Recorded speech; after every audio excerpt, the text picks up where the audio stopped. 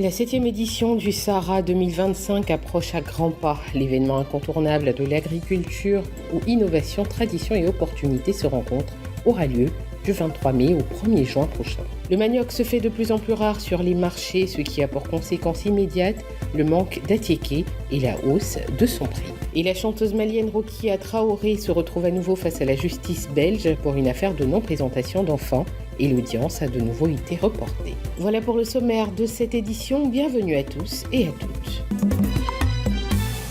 La 7e édition du Salon international de l'agriculture et des ressources animales se tiendra au parc d'exposition d'Abidjan du 23 mai au 1er juin prochain. L'annonce a été faite lors de la conférence de presse officielle le jeudi 9 janvier à Abidjan. Conformément à l'agenda habituel, celle-ci devrait normalement se tenir au dernier trimestre de 2025. Cependant, cette période coïncide avec le calendrier constitutionnel des élections présidentielles. L'objectif général du Sahara 2025 est de créer un cadre de rencontre, d'échange et de partage d'expériences entre les acteurs du monde agricole. Quel système de transformation agroalimentaire pour la souveraineté alimentaire en Afrique, c'est le thème choisi pour cette édition. L'innovation majeure cette année est la promotion du terroir afin de valoriser les richesses et les productions locales. Il s'agit d'activités promotionnelles des régions permettant l'exposition de leurs potentialités agricoles et culturelles. Un concours des régions sera organisé pour récompenser celles ayant le stand le mieux animé et présentant le plus d'attractivité en termes d'innovation ou de potentialité. Avec la Chine comme pays à l'honneur, les organisateurs visent à renforcer les partenariats internationaux et atteindre 800 exposants cette année. Pour rappel, 2000 milliards de francs CFA ont été investis pour la dernière édition. Le Sahara 2025 entend offrir une plateforme de réflexion et d'action pour transformer durablement le secteur agricole africain. L'attiéké, plat très apprécié et largement consommé par la population ivoirienne, se fait rare depuis quelque temps. Selon les productrices, plusieurs facteurs expliquent cette pénurie. Avant la manioc, là, c'était pour l'attiéké seulement. Maintenant, là, avec manioc, on fabrique beaucoup de choses. Donc, il y a les gens qui ont des usines, là, eux aussi passent dans les plantations pour acheter aussi. Donc, ça fait que, et puis maintenant, même là, où on plante manioc, même là, il y a les gens, ils ont plus les terres, là, ils sont en train de construire. Donc, ça fait qu'il n'y a plus beaucoup de terre pour planter manioc. Manioc manque.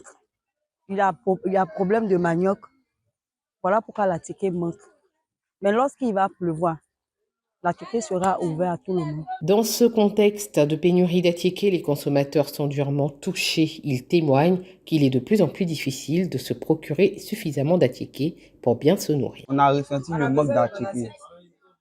Avant, bon, avec attiéké 200, on mangeait tranquillement, mais maintenant, il faut attiéké 400 comme ça. 400, même souvent, mais on mange bien là. C'est pas trop ça.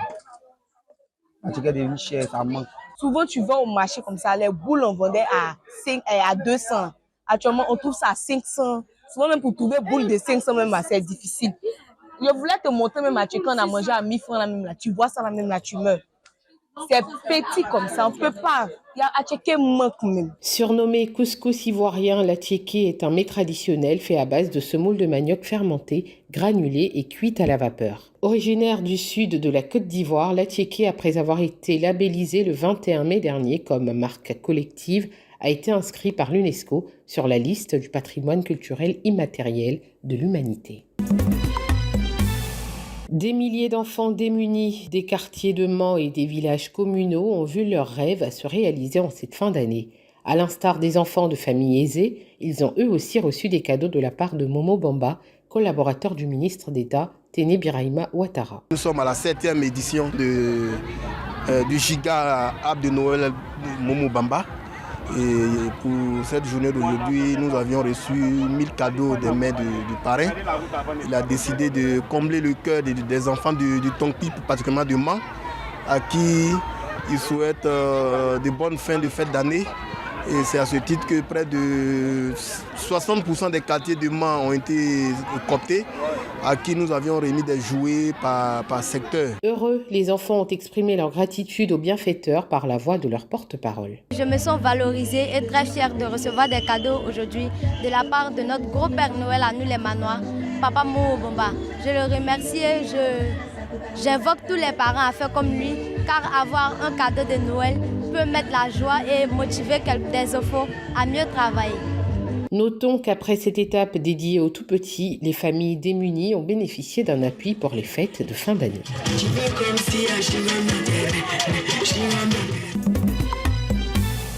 Et hors de nos frontières, en Belgique, la chanteuse malienne Rokia Traoré a comparu le mercredi 8 janvier pour la deuxième fois devant la justice belge. Dans l'affaire qui l'oppose au père belge de sa fille née en 2015, elle a été condamnée il y a 2 ans pour non-présentation d'enfants, d'où son arrestation en juin en Italie à la demande de la Belgique. L'heure est à un relatif optimisme car les avocats de Rokia Traoré et de Jan Goossens, le père de sa fille, ont révélé que des négociations sont en cours entre eux depuis Noël. La perspective d'un règlement à l'amiable est donc en train de se dessiner. Une première audience le 23 décembre avait vu un report de l'affaire. L'audience a donc de nouveau été reportée de 2 semaines au 22 janvier prochain.